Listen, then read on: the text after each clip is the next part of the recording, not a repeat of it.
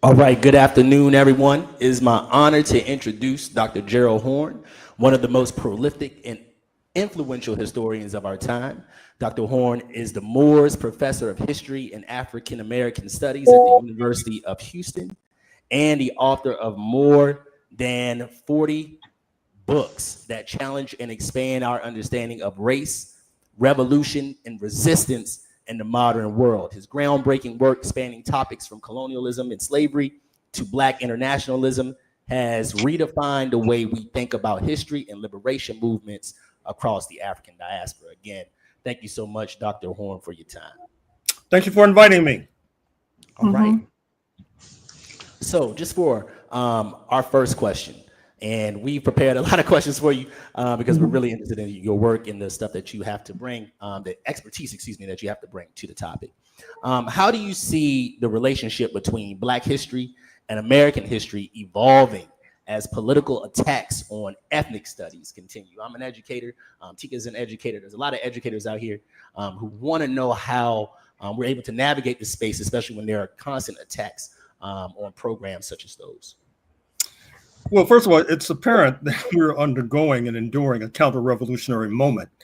Those of us who are familiar with our history in this blood-stained land should not be shocked nor surprised by this development. We all recall what happened after the U.S. Civil War concluding in 1865, followed by a democratic promise of Reconstruction, detailed in the epical text by the late W.E.B. Du Bois entitled Black Reconstruction. You had congresspersons of African ancestry who were elected to office and other steps forward, but it led to a bloody backlash encapsulated in the rise of the Ku Klux Klan and terrorism, and Reconstruction was drowned in blood. We're undergoing a similar moment now, and I think that the lesson we should draw from what I've just said is a lesson that too often is not absorbed.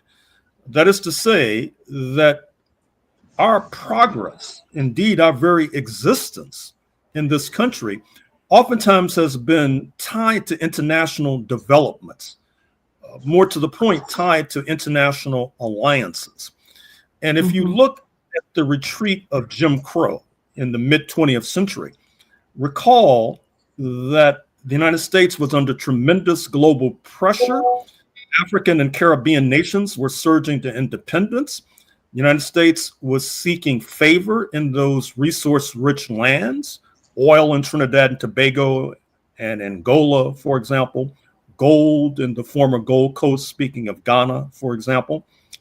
But that is to say, U.S. imperialism was having difficulty in winning hearts and minds as long as Black people in this country were treated so atrociously.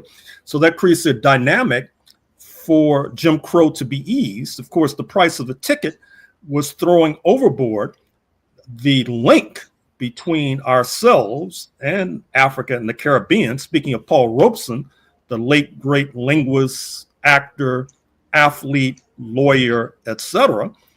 And with the breaking of that link, that direct link of Black American internationalism with Africa and the Caribbean, it ill disposes us to face the current moment, because it's difficult to say who are our actual allies as opposed to potential global allies. We have numerous potential global allies, but as the saying goes, potential means you haven't done it yet.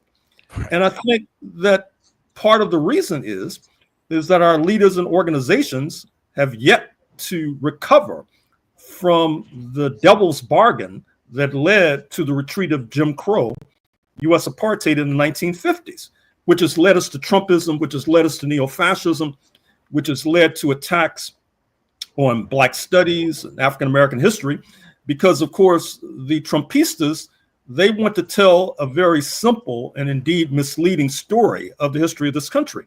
They want to portray the United States as being this shining city on the hill.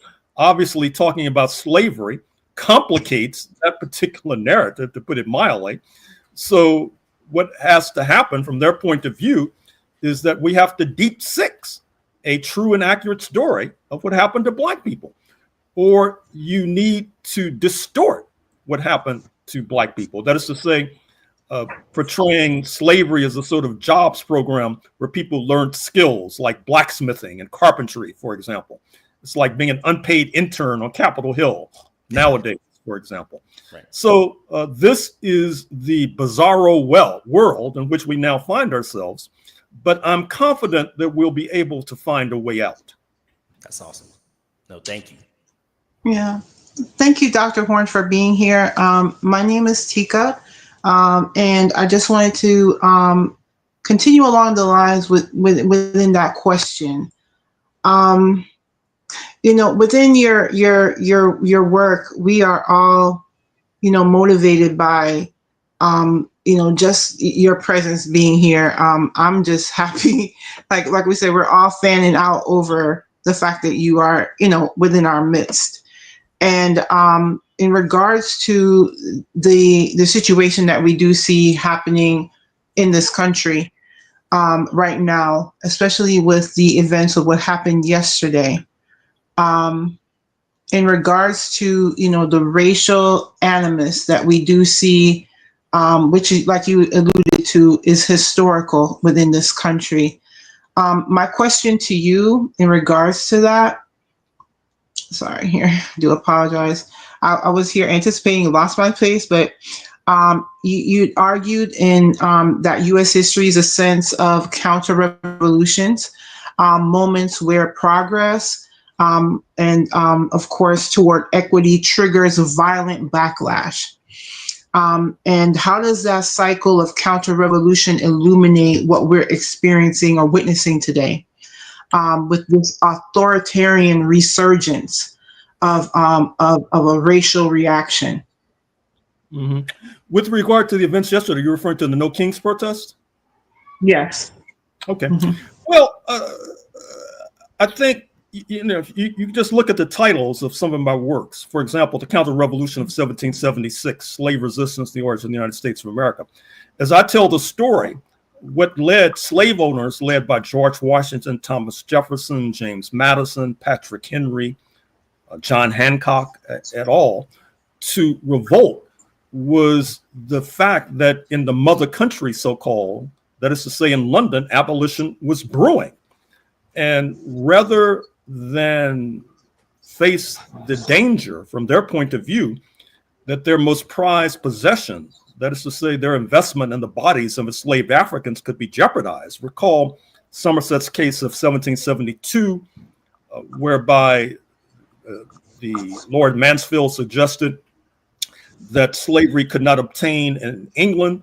There was a danger it would spread across the Atlantic, or so it was thought. Recall as well that that particular historic moment has been captured in cinema. You might be familiar with the movie Belle, Belle. If not, you should check it out with the star of South African ancestry, Gugu Mbatha-Raw, in the lead role. You may be familiar with The Book of Negroes, a co-production of Canadian broadcasting and South African broadcasting, a multi-part series which you can find, which takes a point of view, believe it or not, that is reflected in some of the books that I've written. You may be familiar with the documentary by perhaps our grandest filmmaker, Raoul Peck, Exterminate All the Brutes. Which, big fan of this. Sorry? Yeah, I'm a big fan of that documentary. I recommend it to everyone, Exterminate All the Brutes. Yeah. Yes, it's very good. You may be familiar with Lumumba, his docudrama about the Congo. Of course, he spent time in his youth in the Congo. For example, it's a sweeping castigation of settler colonialism, a phrase which should be in all of our vocabularies, but somehow is not. You're probably familiar with the work of perhaps our paramount Black intellectual, Ishmael Reed, his spoof and send-up of Hamilton, the Disney come Broadway extravaganza, which of course rips the mask off founding father Alexander Hamilton, portraying him as pro-slavery. Even the 1619 project of Howard University's Nicole Hannah-Jones, which she completed while on the staff of the New York Times Magazine. Of course, her work has gotten the most significant transmission, which meant it has suffered the most outstanding attacks up to and including from the White House, and not to mention from court historians.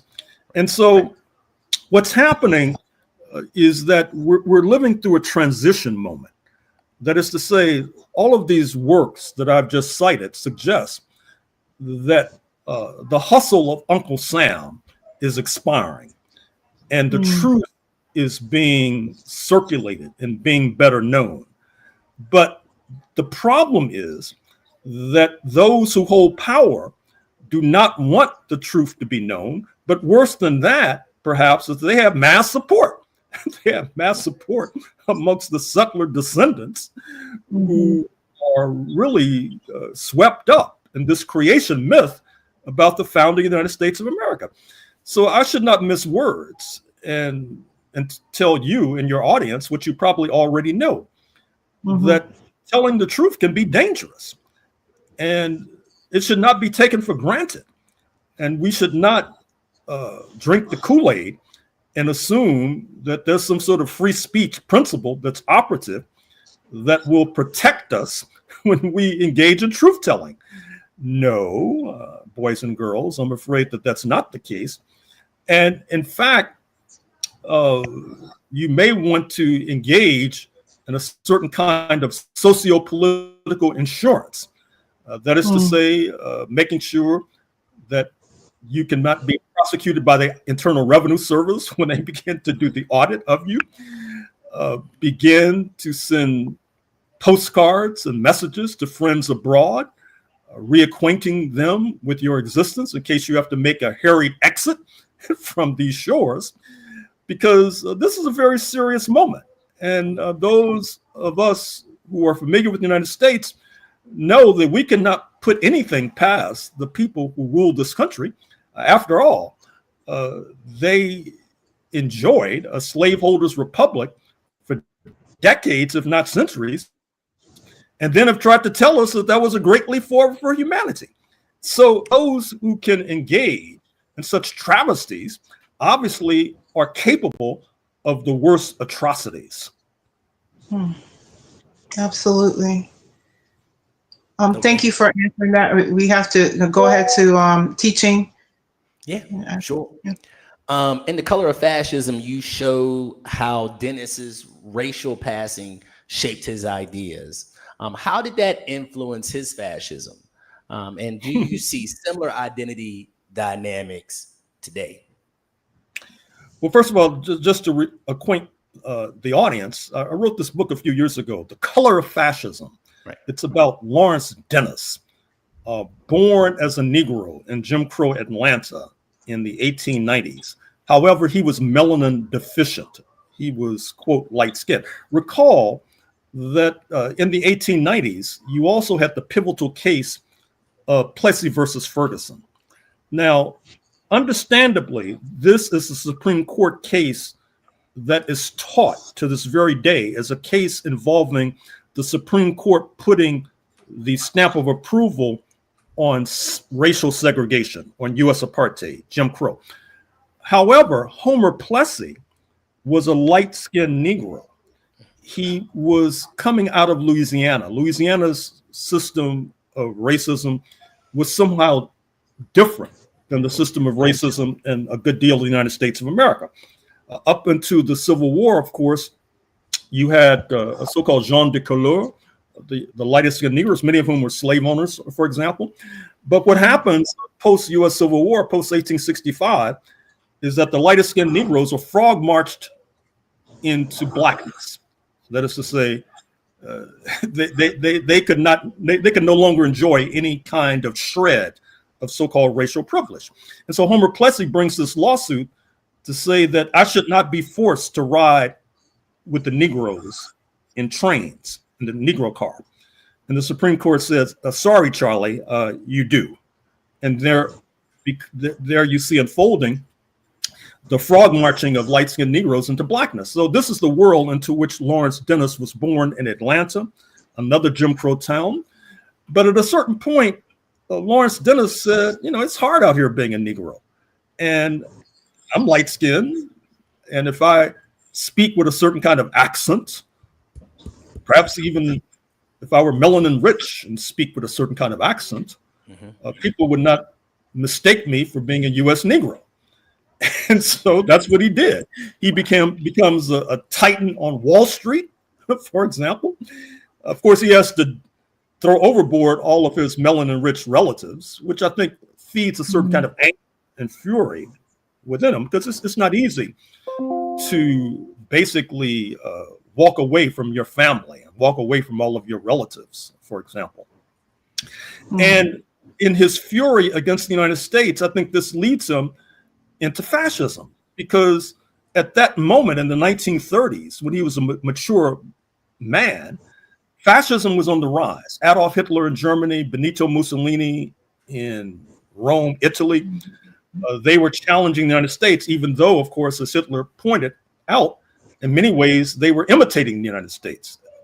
The difference being that in terms of the United States, they rose to prominence liquidating the indigenous population and enslaving Africans. Hitler and company were going to liquidate the Jewish population and enslave other Europeans. And that was basically the principal difference. And he made it clear he was imitating, he was walking in the footsteps of Uncle Sam. But in any case, Lawrence Dennis made a bad wager because Hitler was defeated. And I think the chapter in that book where I discuss his going on trial, because the United States tried to put him in jail after the war. I think the chapter was entitled Framing a Guilty Man, because of course, you know how these prosecutors in the United States, they're not necessarily constrained by the nature of the evidence. They'll manufacture evidence just to make sure that they nail you, as many of the brothers and sisters in prison today could well attest. So he managed just to escape being jailed, but then he exercises an influence on the proliferating conservative movement following World War II. William F. Buckley Jr., who in many ways was the intellectual godfather of contemporary conservatism, a close comrade of Ronald Wilson Reagan, for example, was influenced by Lawrence Dennis. Interestingly, I've oftentimes thought that the story of Lawrence Dennis would make an interesting play or a movie. Matter of fact, I once talked, I don't know if you recall Roger Guinevere Smith. He was in Spike Lee's movie, Do the Right Thing. Okay. He also did all these one-man plays. He did a very good one-man play. Yes. Huey Newton. He would be wonderful as a Lawrence Dennis character. And I tried to interest in him, but you know, it's difficult getting those sorts of projects off the ground because they require so much capital inflow. In any case, we have contemporary Lawrence Dennises today. That is to say, U.S. Negroes who want to cut a deal with the fascists against the wishes and the existence of the rest of us. But I would like to think that they will not succeed. And I would like to think that my book about Lawrence Dennis in some ways is a cautionary tale of what happens when you throw your family overboard and you make a diabolical pact, a Faustian bargain with the ultra right wing. Down that road, disaster lies. No, I appreciate that. We oftentimes forget about the fact that fascism is an ideology. Right. It doesn't belong to one set of persons, right? Anybody can take that ideology, embed it inside of their own ideology or their own perspective, and then carry it out into policy. And we're seeing that today. And I'm really glad that you touched on that. Thank you so much, Dr. Horne. Tika, I'm gonna pass it back to you. Oh, thank you so much. Now, this particular question, Dr. Horne, is one that I wanted to ask. And we do have other members on the research team that wanted to ask you a question as well. One of them does come from one of our members, Emma.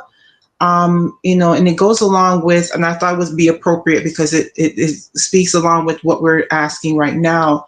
Her question to you is that Dennis distrusted mass democracy and favored elites. How does this reflect 1930s America? And how do we see echoes in today's populist politics? Well, in the 1930s, of course, Jim Crow ruled. Jim Crow reigned.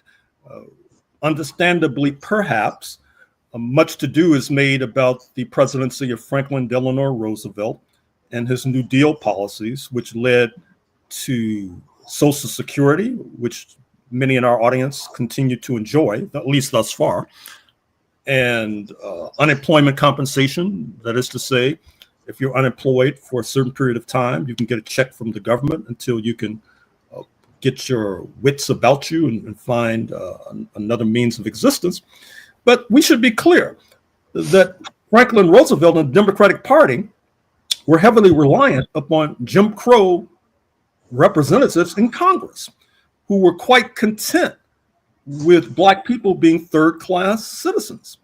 We should not carry any illusions about the United States of America.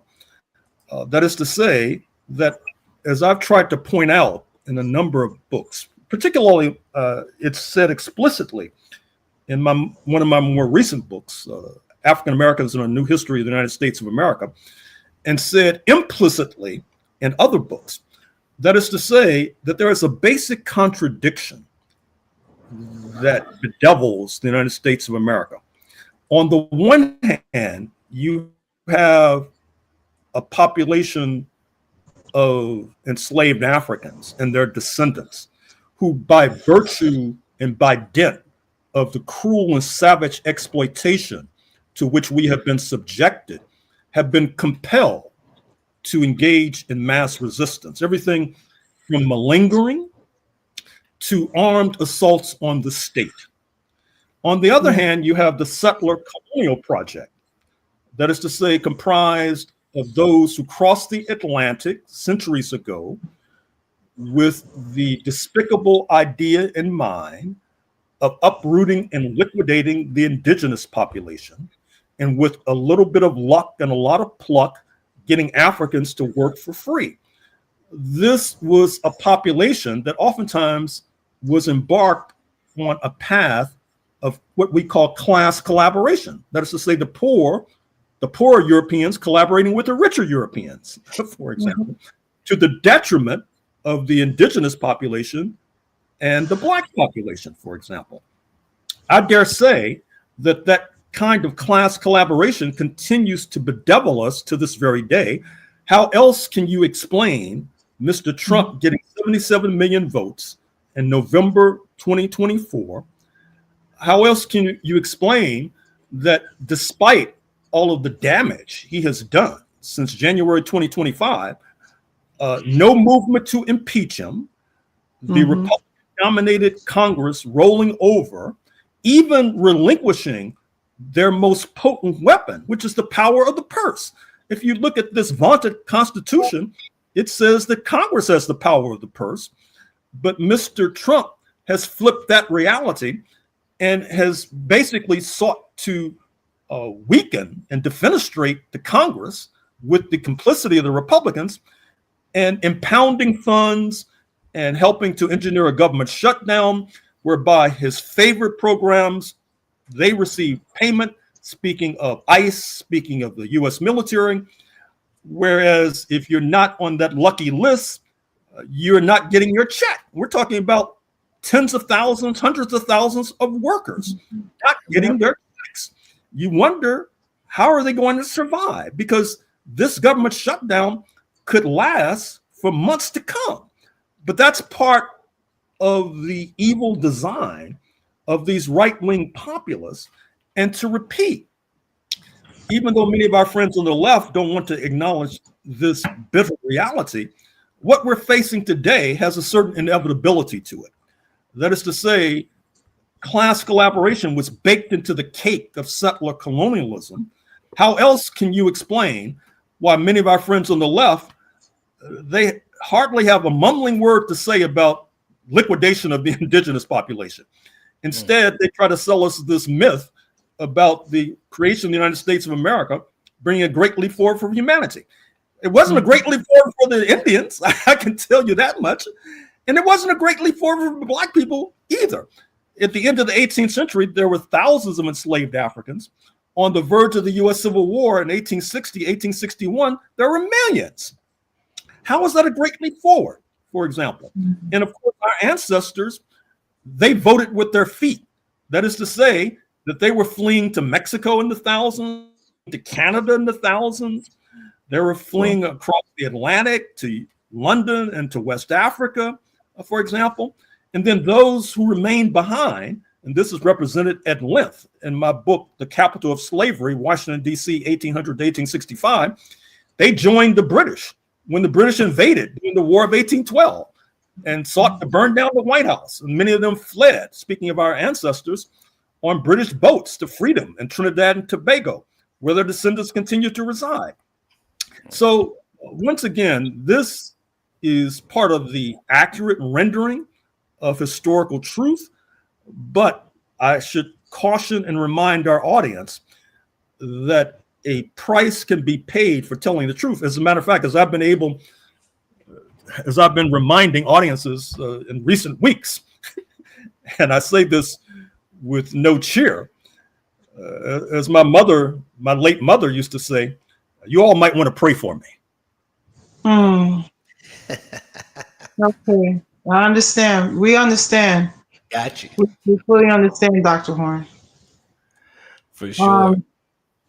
You have a question, Leonard? I was going to say, Tika, you go ahead and ask another question. That's fine. I got some more back, but you go ahead. This is what I wanted to touch on as well.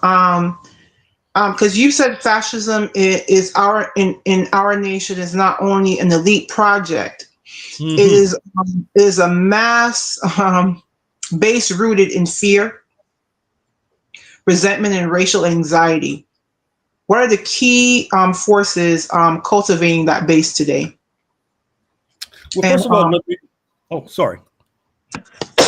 No, I'm sorry. And how can we counter the mobilization of it? Well, first of all, let me revert to history to provide context. I spent most of the year in Canada, in British Columbia. I was planning to defect, but they wouldn't take me. So now I'm back in the United States of America. But while I was there, I was doing research on a new book, which I'll probably publish at the end of next year, perhaps 2027. And the book deals quite a bit with the uprooting of the indigenous in what is now Oregon and the state of Washington. And one of the points that I make is that this was a mass project. It wasn't just a military project. As a matter of fact, the US military oftentimes was reluctant to be at the tip of the spear, which enraged the settlers. And so the settlers developed their own militia to attack and uproot the indigenous population. And in fact, as I'll talk about in this book, some of the anti-miscegenation laws that emerge come out of that context. Miscegenation, of course, is mating across so-called racial lines.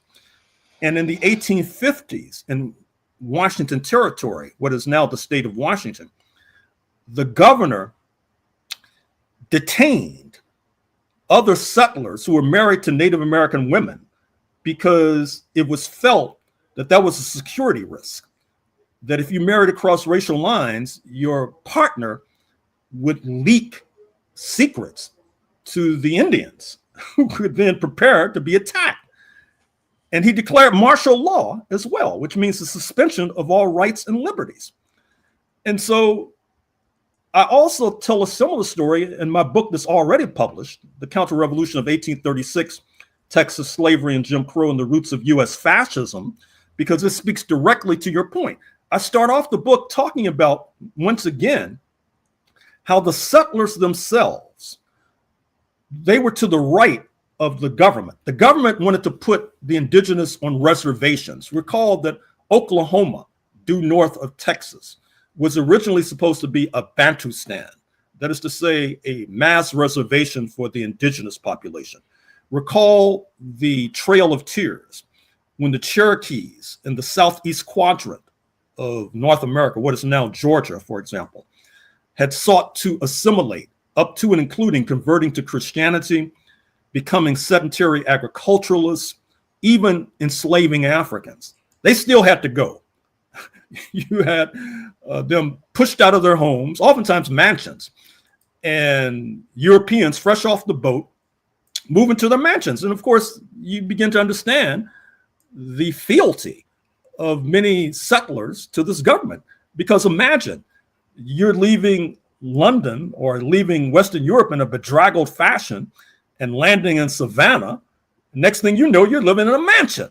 No wonder they say, God bless America. No longer they say, God is good, for example. So in any case, the government wanted to put all the Native Americans on reservations in Oklahoma. It should be a Bantustan, as long as the river shall flow and the grass shall grow. As a matter of fact, if you're a college football fan, you're probably familiar with the University of Oklahoma Sooners. Yep. Mm-hmm. That probably had the best college football record since 1945. Mm-hmm. And if you watch their games, you'll notice the Sooners reflects the fact that at a certain point, the United States overthrew the idea of a Bantustan. They turned over Indian territory for settlement. And the Sooners, which is the nickname of their football teams and their athletic teams, Trey Young of the Atlanta Hawks, if any of you basketball fans, he now has a job with OU Sports. The Sooners jumped the gun when they opened up the land for the settlers. And if you watch their football games, they have students in these covered wagons. They're the Sooners. They charge it to the football. That's to this very day. Probably happened yesterday. They played it in North Oklahoma. So in any case, that was the proposal of the government to move the Native Americans to these mass reservations, at least before 1865. But the settlers said no, they need to be liquidated. They need to be exterminated. And by dint of citizen militias, for example, which is sort of a euphemism. And to be fair to this horror, citizen militias are not unique to the United States of America. If you look at the Rwanda genocide of 1994, it was mostly perpetrated by citizens militias. That is to say, your neighbors organize a militia and they go to door to door, and they're looking for the Tutsis, for example, who are the major victim. And the perpetrators are predominantly Hutu. Or, for example, October 1965, Indonesia, Southeast Asia, a political genocide. Citizens militias go door to door, killing their neighbors who were thought to be on the left, for example. If you had those similar to yourselves in Indonesia in 1965, you could have fallen victim, or your contacts could have fallen victim.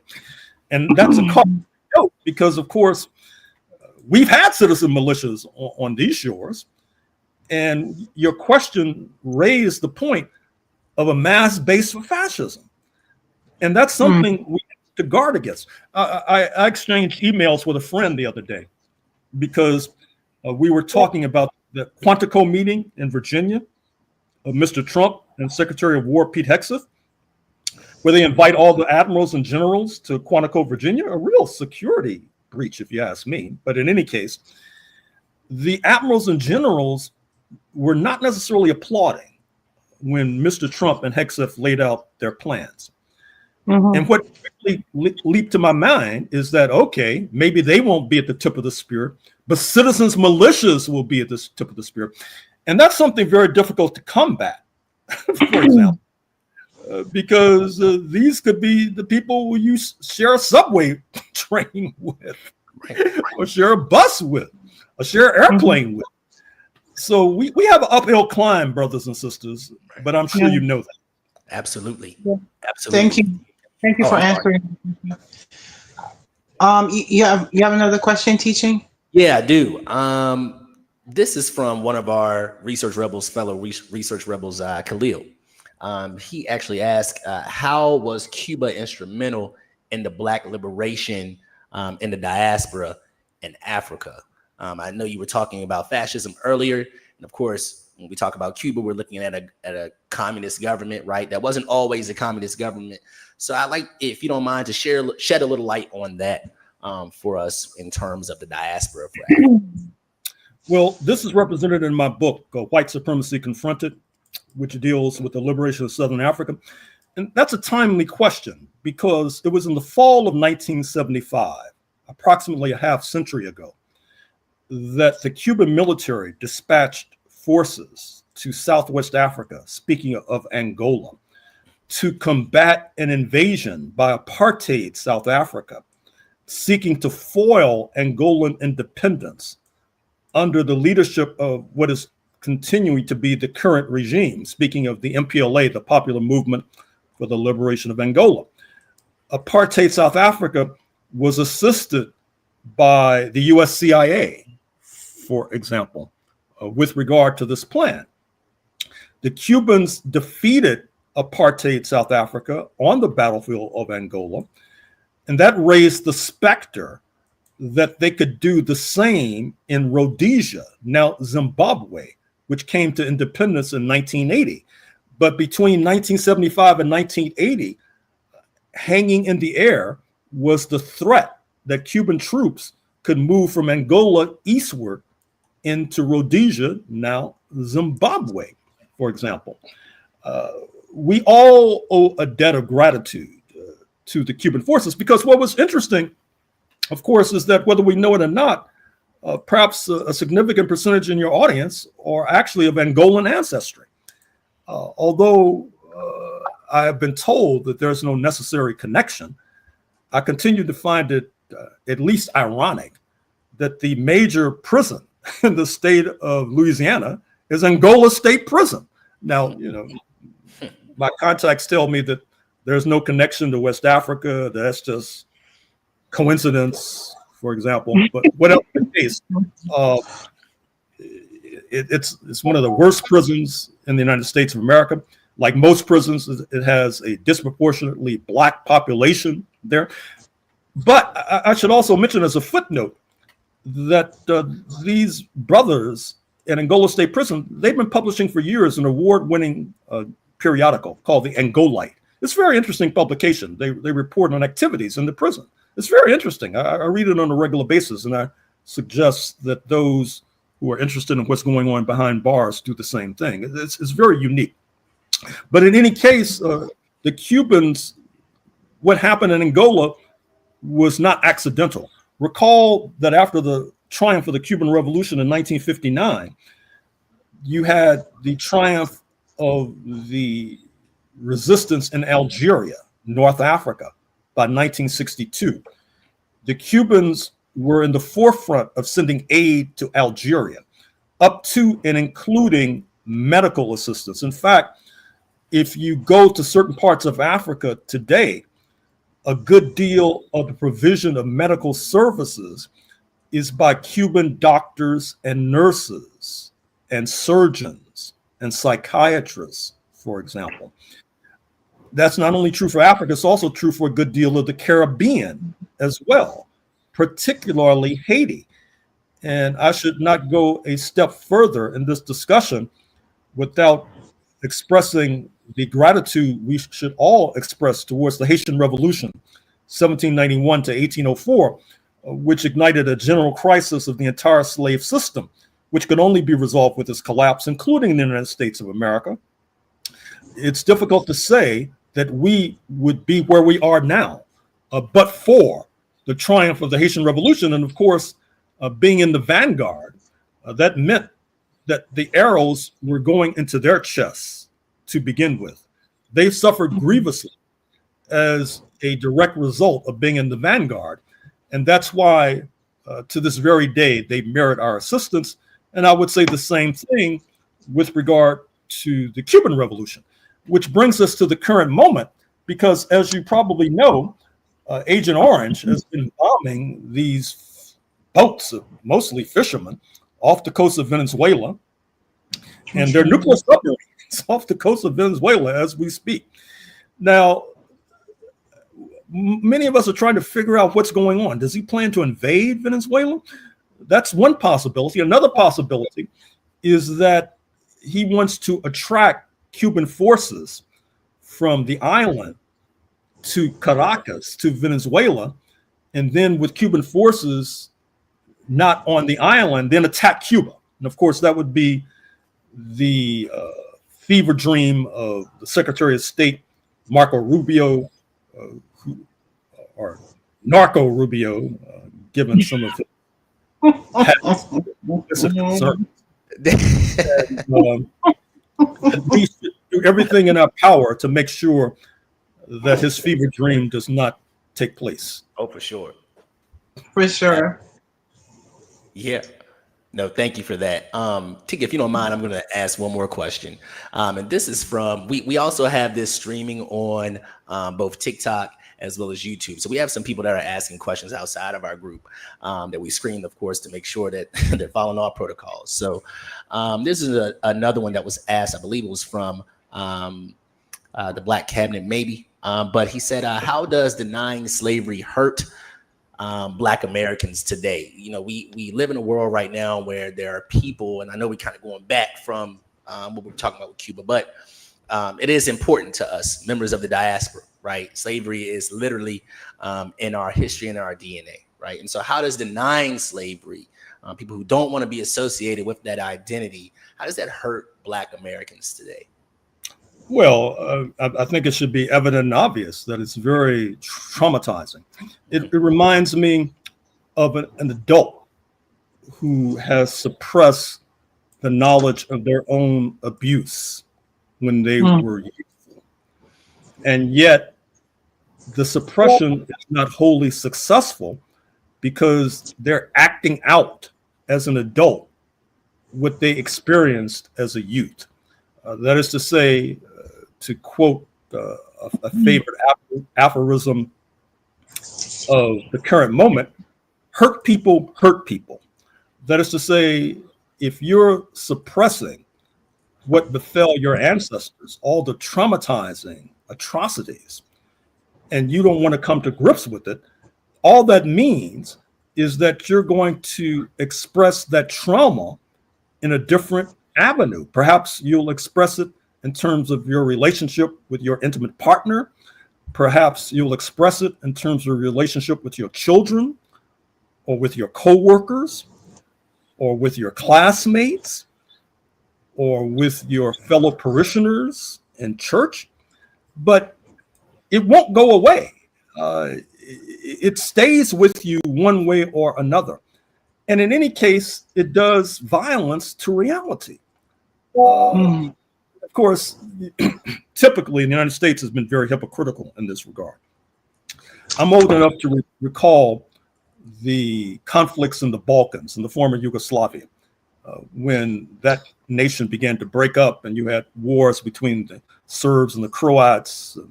The Slovenians, of course, were also involved, the homeland of the current First Lady. And the United States, in a typical hypocritical manner, was telling the Serbs and the Croats and the Slovenians, Kosovars, etc., you have to face your history. No matter how painful, you have to face and confront your history. And I remember listening to these people saying that. I said, these people haven't faced their history. So what gives them the gall and the audacity to tell these people in the Balkans and Eastern Europe that they should face their history? Actually, there's probably a connection in the sense that psychologically, they were dealing with the ignoring of their own history by telling other people they need to face their history. But whatever the case, we must face our history.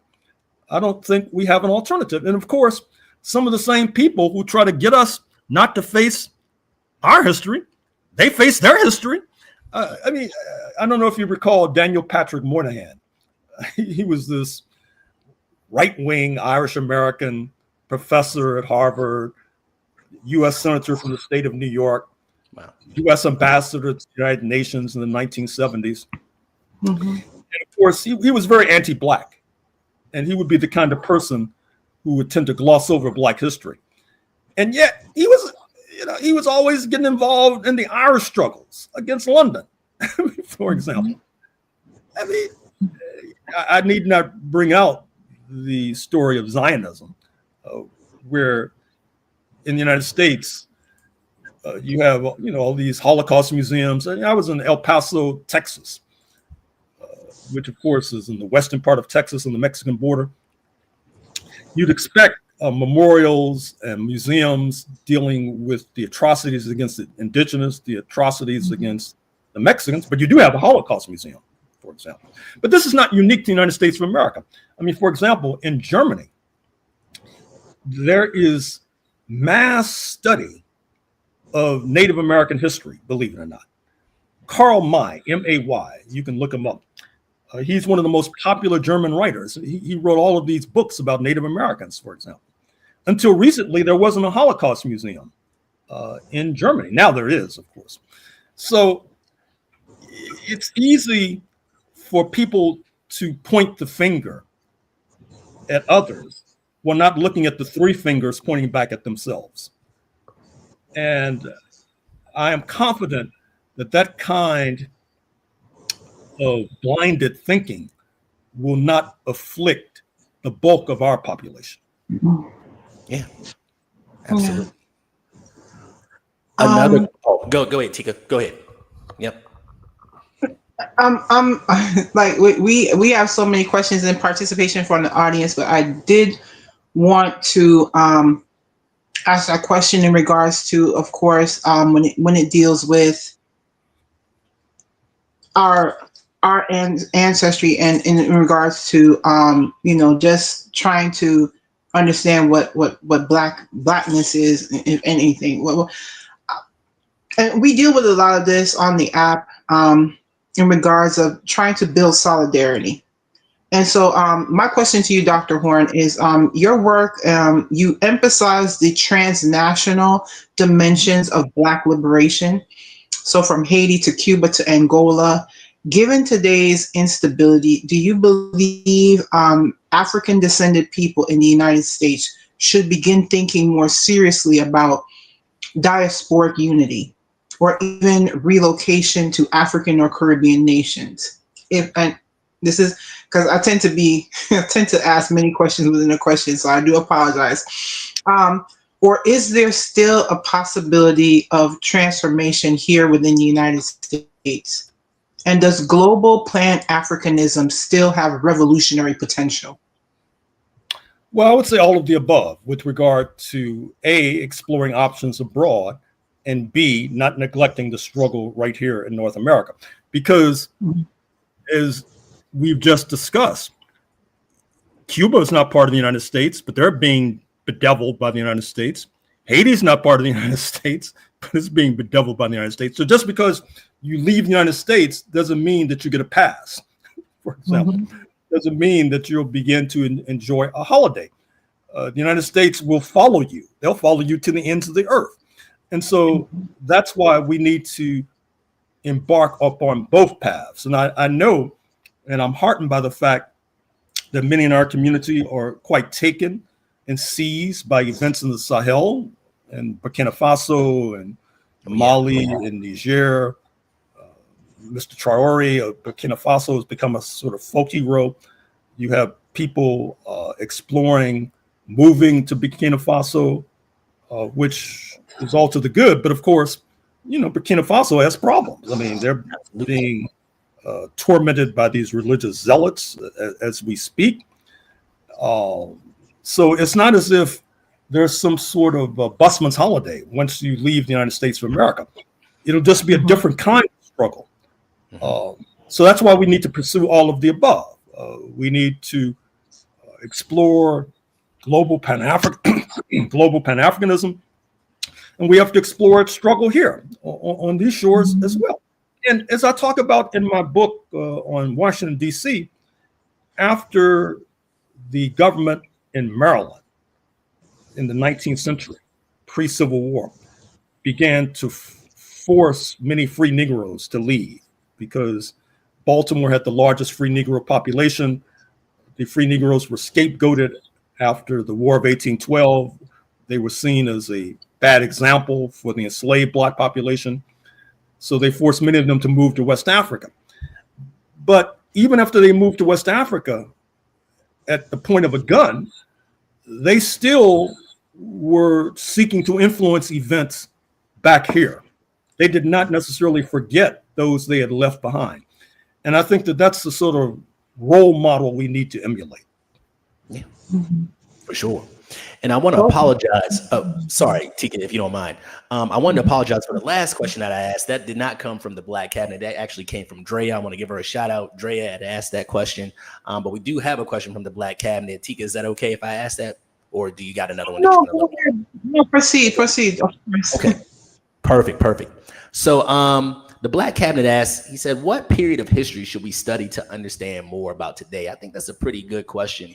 When we look at the structure of our society right now, with education kind of being pulled apart like we were talking about earlier, what part should we really hone in on as African diasporic members to really understand where we are and how we move forward?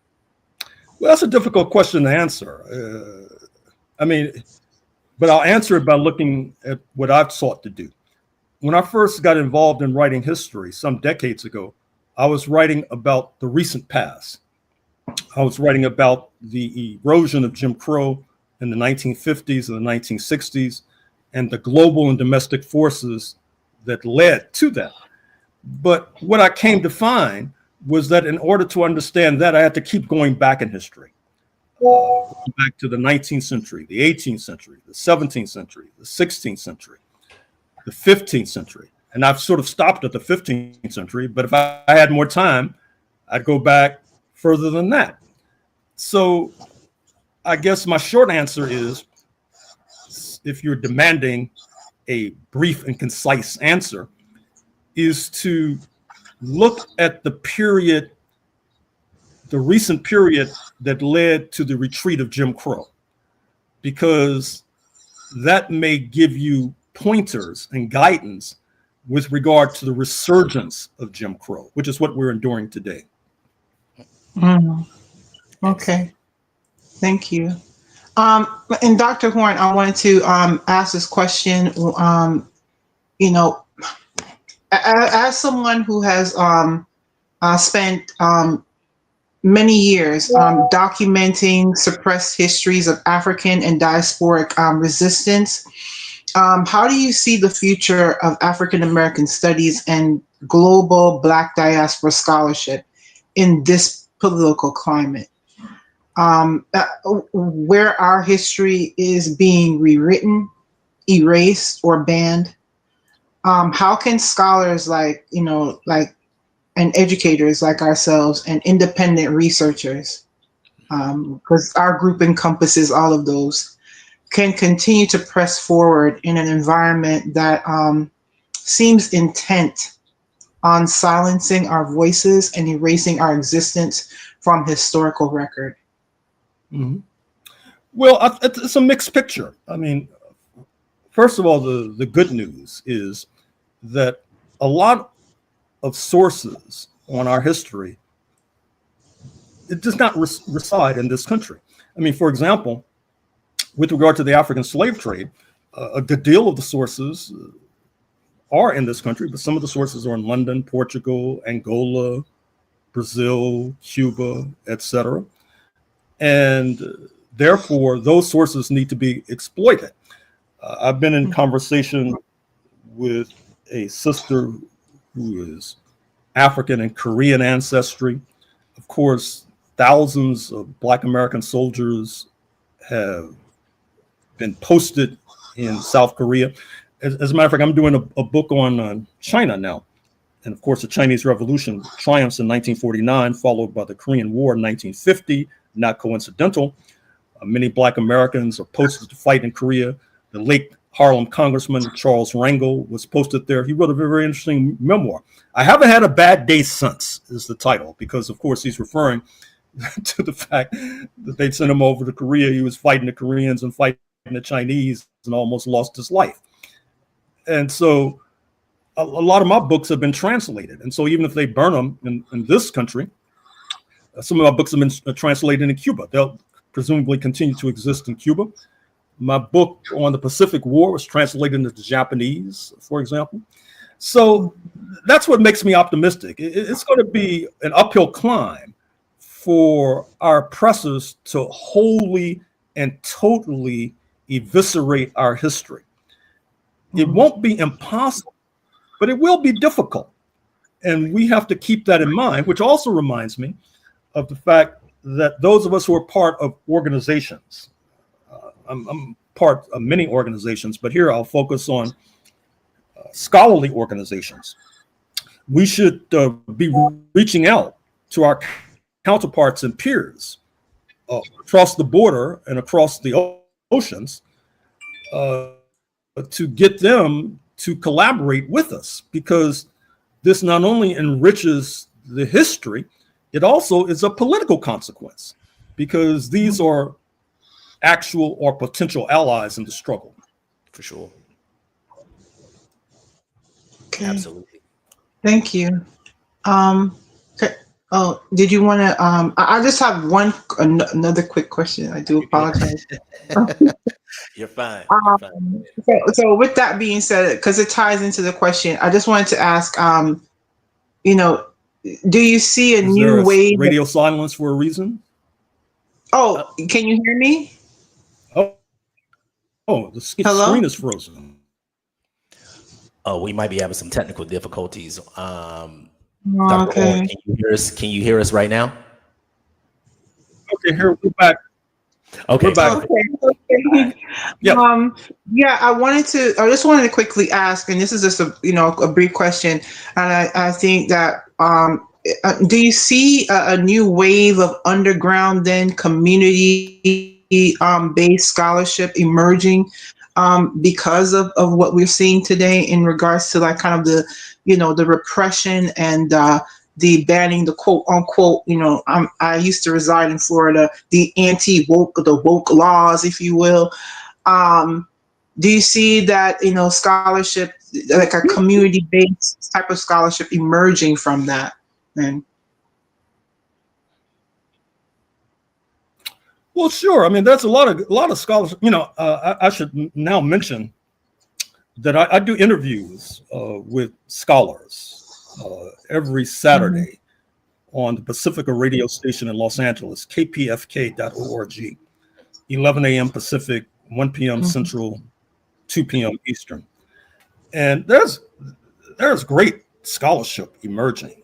The problem is that oftentimes the only people reading it are other scholars. I mean, one of the aphorisms in this field is that if you want to keep a secret, publish it in a book, for example, because many of our folks are not reading nowadays. And I think that that's to our collective detriment, for example, or they'll only read what they can see on this small screen, for example. It's very difficult to read 400 book pages on a small screen, for example. You can read snippets, for example. I mean, I have a small screen, so I'm not dismissing it altogether, but I don't rely on this exclusively and wholly. As a matter of fact, I still read newspapers in hard copies, because I find that when I read newspapers in hard copy, I tend to immerse myself more. Whereas if I read it on the internet, I tend to jump around a lot. You're following links, for example. And I'm not sure if that's wise in terms of getting a positive educational and intellectual experience. So the short answer is yes, there is tremendous work being done. I mean, for example, I interviewed Professor Traore. Yes, he carries the name of the leader of Burkina Faso, who's at Pomona College in LA County. He just did this book on resistance, among other things, resistance to the slave trade in Senegambia, for example. Resistance was fierce, for example. So tune in, kpfk.org, 11 a.m. Pacific on Saturday. okay. Then it's uploaded to the Activist News Network after that. Okay. I know that this has generated a lot of inquiries from our audience, and so there are quite a few questions from TikTok, from the live stream there. I don't know, Teaching, if you want to go ahead and ask the next question from our viewers on there as well. Yeah, sure, absolutely. And Dr. Horne, I know that we said an hour, but we just want to take up just 15 more minutes of your time, if you don't mind. Is that okay with you? Sure. Well, since I was All right. tardy, I can't say no. Hey, all right. Of course. I mean, I was late. I slowed you down, so that's the. Well, hey, I appreciate it, and thank you. Your knowledge has been just amazing to hear and to share with us. And so I just want to just get a few more audience questions in. Carolina, she asked, what can we learn from Black and Brown solidarity movements of the 60s and 70s? Well, I think we can learn quite a bit. In fact, I wrote a book about that, at least dealing with Black and Brown, African Americans of the Mexican Revolution, 1910 to 1920. It deals a lot with borderlands history, the area, the 2,000-mile long border between San Diego on the Pacific coast to southwestern Texas. And of course, there are ups and downs with regard to Black and Brown relations. Although in today's New York Times, there's a very telling quote. You know that in Chicago, as we speak, Chicago is being treated like enemy territory by the Department of War.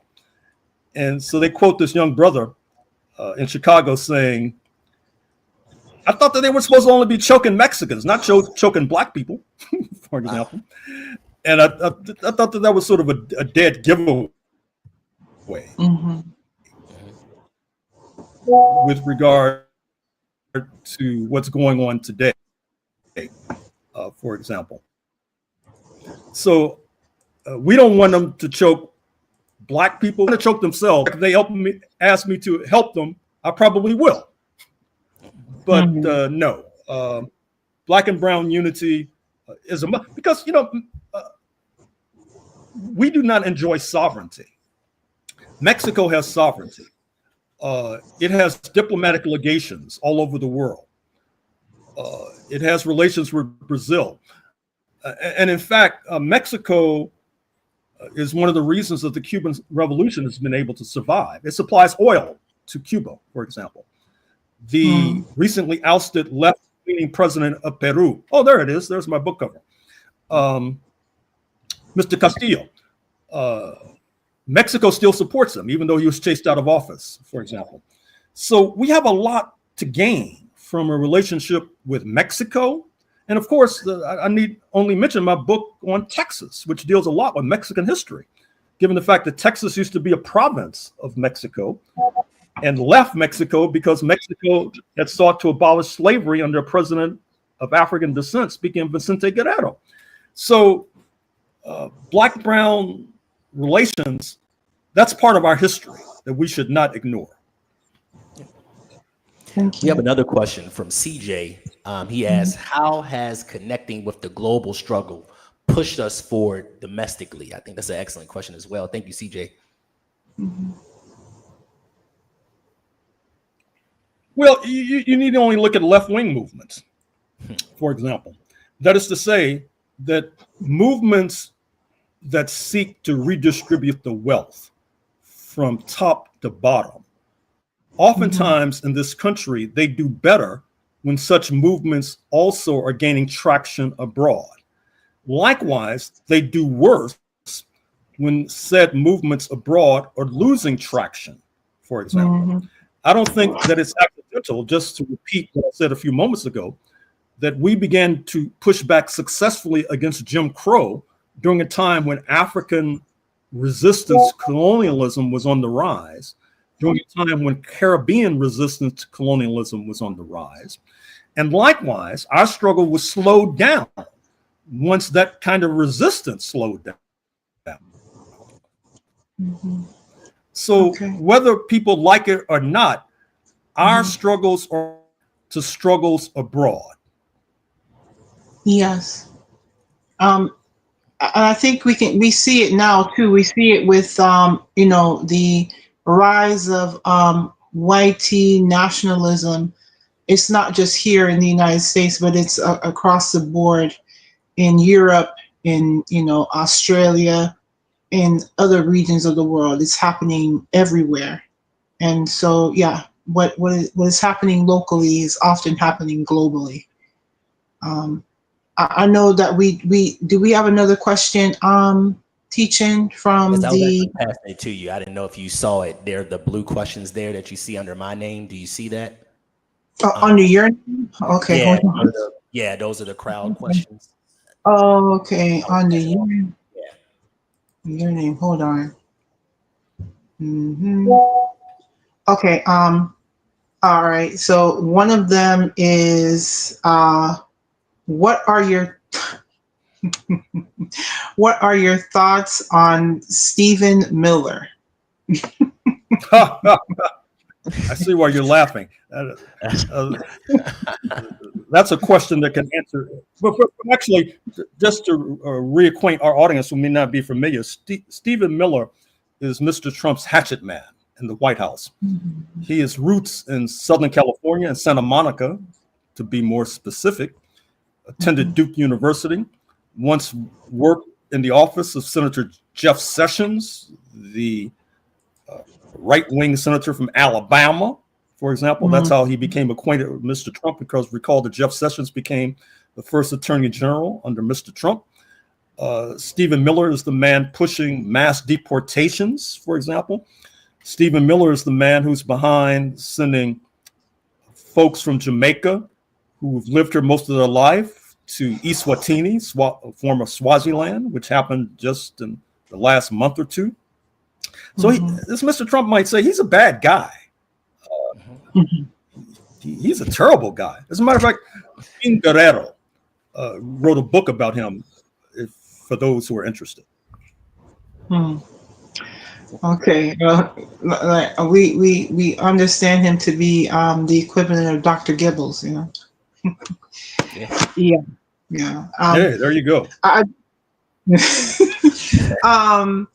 The next question that we do have is I think it's probably in reference to maybe the diaspora. So it says, how deep in these regions did the UNIA chapters under Garvey reach? Under Marcus Garvey, I guess within the African diaspora. So Marcus. So for those who may not be familiar, Marcus Garvey was born in Jamaica in the 1880s, dies in London circa 1940. He helps to form the Universal Negro Improvement Association, which has chapters not only in the United States, many of the chapters, in fact, in Louisiana, but also chapters in this hemisphere, in Cuba, in Costa Rica, and Panama, for example, chapters in Kenya. In fact, I wrote about the chapters in Kenya. I've written about the chapters in Southern Africa, for example. There's been a lot of research and writing on Garvey. So any who have an interest, your appetite can be sated easily. All you have to do is go to your friendly public library and take the book off the shelf. Right. Leonard, did you want to ask any other questions? And I do apologize if I didn't provide people with the names of the persons. The first question that I asked about Stephen Miller was from the Cali Enigma, and the second question is from Tick Toxic, which was in reference to Marcus Garvey. Did you want to go ahead and ask any more questions from the audience before we ask our final question to Dr. Sure. I see one that's sticking out to me right now, and I moved it up here. And it's from Mellow Focus. He asks, do you think we can be successful if we created a black-brown economy?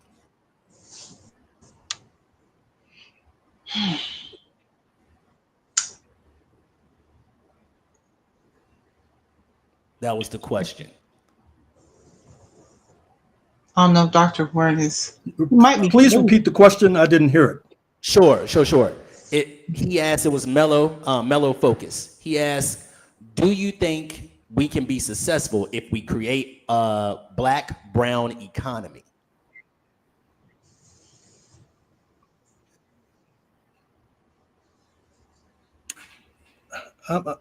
Is the question, how do we create a black-brown economy? Was that it? Yeah, he's asking, do you think we'll be Your successful? voice is breaking up, that's why. I'm sorry. He's asking, will we be successful if we created a black-brown economy? It's hard to say. I mean, I was just saying that Cuba is 90 miles from Florida, expected to sabotage on a daily basis. They try to form a functioning economy. Haiti has been subjected to destabilization for decades. So it's not as if we have a smooth path. If we try to establish a black-brown economy right in the belly of the beast, it can be done, but don't think it'll be easy. It'll require struggle. It'll require foreign assistance, in fact.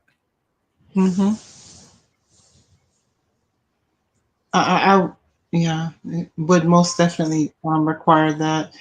Did we have any more questions from the audience, teaching? Because I think we're good. I think many of them overlapped with things we had already asked, so I think we're good. Tika, if you don't mind, you can close us out. no problem.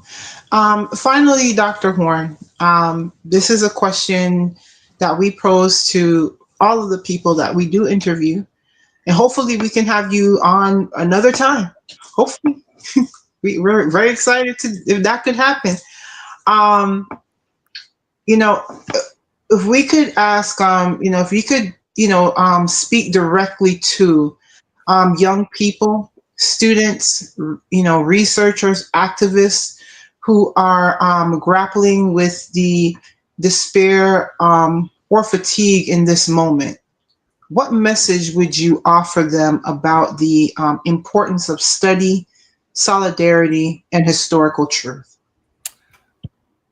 Well,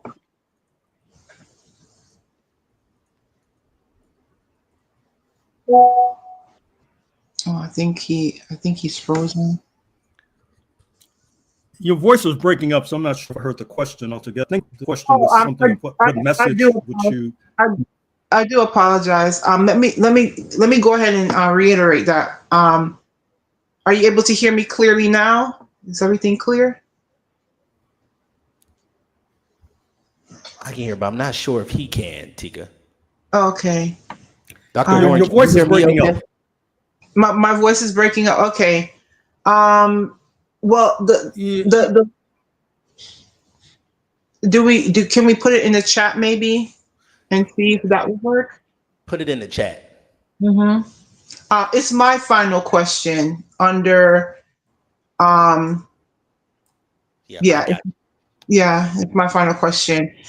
But I'll go ahead and state it again if the audience didn't hear. So it was basically, Dr. Horne, if you could speak directly to young people, students, researchers, activists who are grappling with despair or fatigue in this moment, what message would you offer them about the importance of study, solidarity, and historical truth? Well, first of all, that question came across very clearly. So whatever you did to pose that question, you should imitate it going forward with these sessions, because many of your questions, they were breaking up, and I'd hear part of the question, not the other part. So what I heard that question clearly. Obviously, look, I mean, being Black in North America means a state of travail. It means a state of agony, but it also involves victory. And the victories oftentimes come through organization. The victories often come through internationalism, comes through study, for example, and not unduly focusing on the former, the setbacks, the defeats, the atrocities, but recalling that we also have a glorious history of victory. I think that will serve as an antidote, as a way to erode, hopefully disintegrate altogether, despair. Yes. Thank you so much. Hence why we are the rebels, because we tend to focus in on the rebels and the people who led rebellions in regards to our history, throughout the Black diaspora. So I hope that you can hear me clearly, but I, for one, would like to thank you so very much for, participating, because we truly are inspired by scholars like yourself who's dedicated decades to just the legacy of our history. And it's so important for people to see a prolific writer like yourself, and historian, that can actually inspire everyone to study more, to do more, to speak up more. So thank you. Can I ask, I'm sorry, Dr. Horne, I want to just ask one more question. I apologize, and I missed it in here. It's brief. This is from one of our research rebels as well, Shaka. He asked, what do you feel we as Black folks need to do to close the generational wealth gap?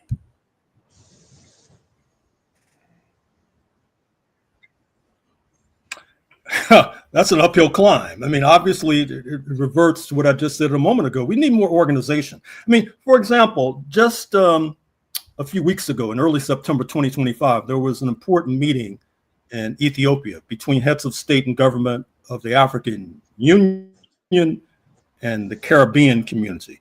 The issue on the agenda was reparations, which, of course, the success of which would go a long way towards closing the so-called wealth gap.